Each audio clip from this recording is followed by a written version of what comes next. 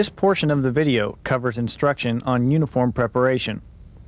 We will first cover the aiguillette and the correct way to attach it to the ceremonial coat. The materials needed are several large safety pins and a sewing kit. First, take some white or silver thread and sew the coil of the point to the aiguillette. In doing this, make sure to pull it down so that you don't have any extra material. Finally, make sure that the star on the point is facing the front. Ensure that the top of the seam is centered on the bar of the aiguillette. The bar of the aiguillette should also be parallel to the seam of the coat.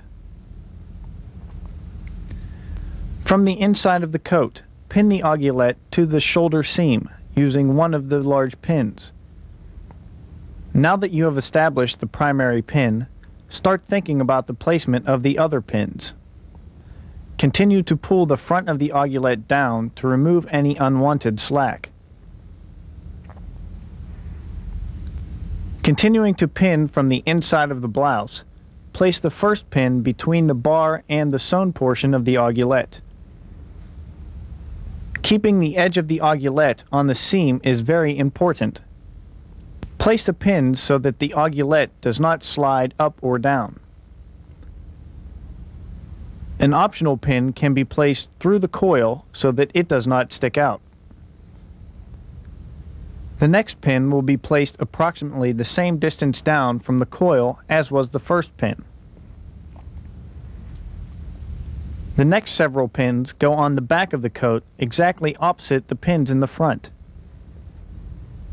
Always make sure there are no bunches in the material and that the aiguillette is grounded to the edge of the seam.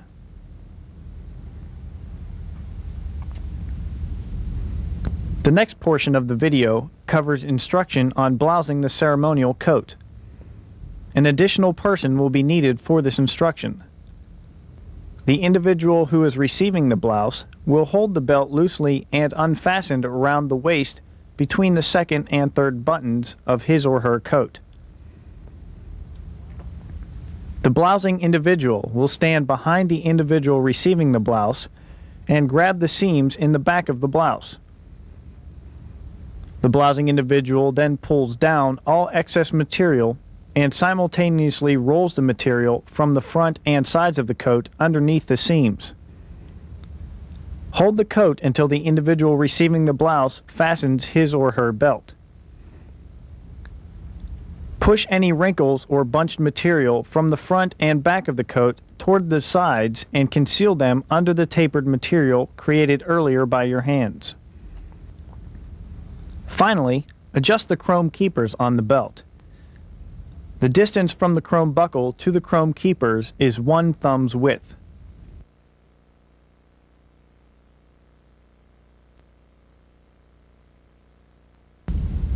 The next portion of the video covers instruction on reinforcing the blousing belt.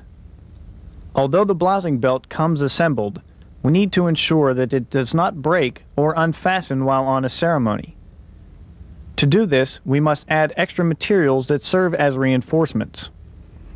The materials needed will be a pair of wire cutters, a wire hanger, and pliers. To begin, you must first break down the existing belt by removing both parts of the buckle. Take the lightweight metal pieces from both buckle parts. Using the hanger and wire cutters, cut 2 pieces from the hanger approximately 3 1/2 inches in length. If you notice on the buckle and its fastener, there is a metal bar attached to the back. Take the piece of coat hanger and bend it in the shape shown here. Place the hanger piece over the metal bar on back of both the buckle and the fastener. Next, feed the belt through properly on both the fastener and the buckle. Do this using the wire as a replacement for the light metal pieces that you removed earlier. Now try the belt on. It should fit snugly around your waist. If not, adjust it according to your waist size. The next portion of the video covers instructions on how to silicone gloves. The materials needed will be a tube of silicone a pair of gloves, and a spoon to spread the silicone. Before the silicone can be properly applied to the gloves, you must wash and dry the gloves as you would with normal whites. The purpose of this is to ensure that the gloves shrink prior to the application of silicone. You will start the process by placing a glove on your hand. Squeeze a small amount of silicone in the palm of the glove and on all of the glove's fingers. Make sure to keep the silicone on the inside of the glove.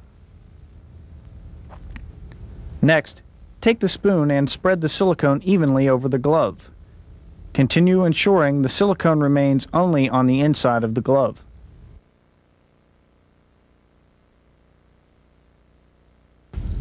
Apply a second layer of silicone to the glove.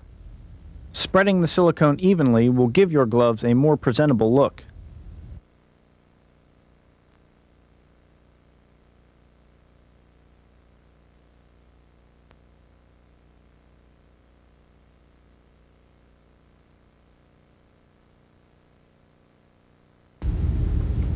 You are now ready to take the glove off your hand.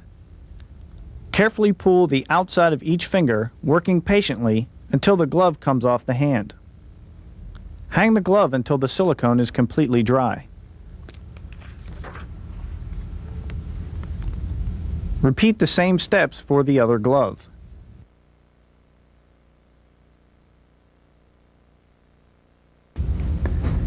This portion of the video covers instruction on how to apply heel and sole dressing to a set of low quarters or multiple-soled shoes. The materials needed will be a pair of low quarters or multiple-soled shoes, a can of Pledge, a cloth, 1 bottle of Honor Guard heel and sole dressing, and a covering to protect the work surface. The first step is to use a cloth and some Pledge to remove any dust or debris from the shoe.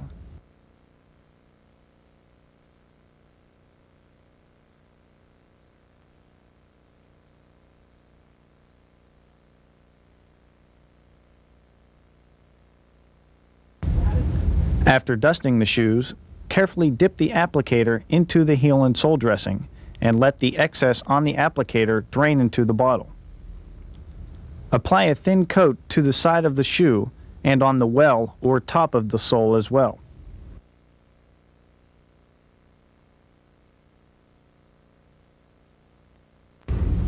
Use caution when applying the heel and sole dressing because this liquid can stain severely. After applying to both shoes, set them aside and allow 5 minutes for drying. This portion of the video will cover the setup and maintenance of the ceremonial hat.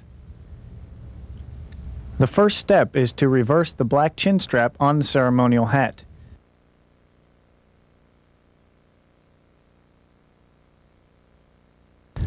To do this, remove the 2 screw buttons from each side of the hat.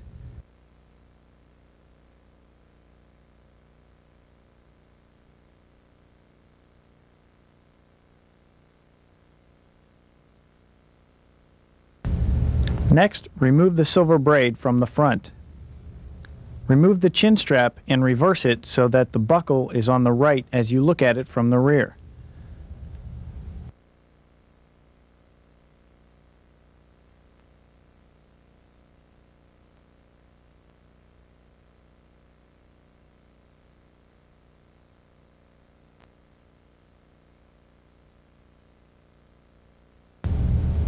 Be sure to replace the screw buttons and silver braid to the hat with the wings of the buttons pointing upward.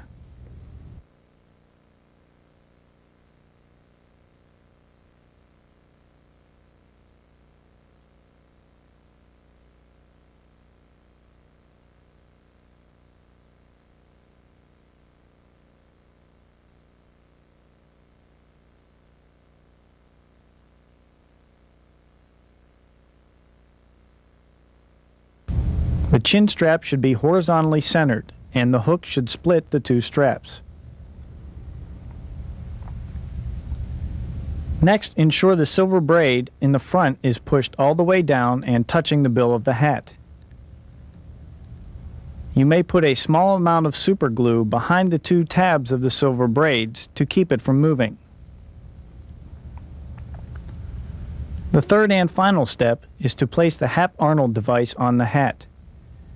Make sure that the wings are pointing upward and it is straight up and down. Take the nut and screw it on until it's tight.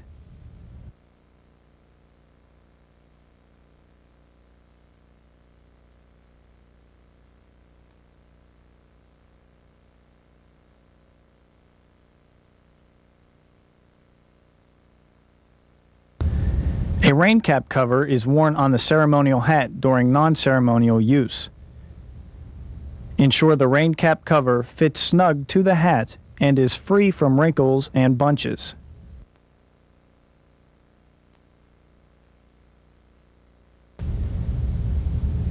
If the rain cap cover is too large, then you can roll the excess material underneath on the side and back edges of the hat. If inclement weather occurs during a ceremony, the Hap-Arnold emblem should be worn on the outside of the rain cap cover. First, place the emblem through the permanent hole already in the rain cap cover. Next, ensure the emblem is properly affixed to the hat.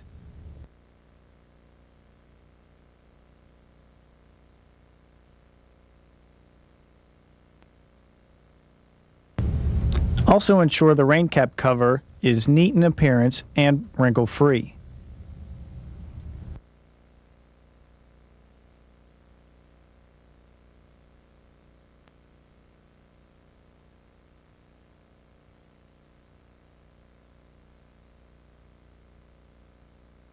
Proper care of the hat should include using tape to eliminate any lint or fuzz. Next, with a soft cloth, ensure the black leather chin strap, emblem, and hat bill are clean and mark-free.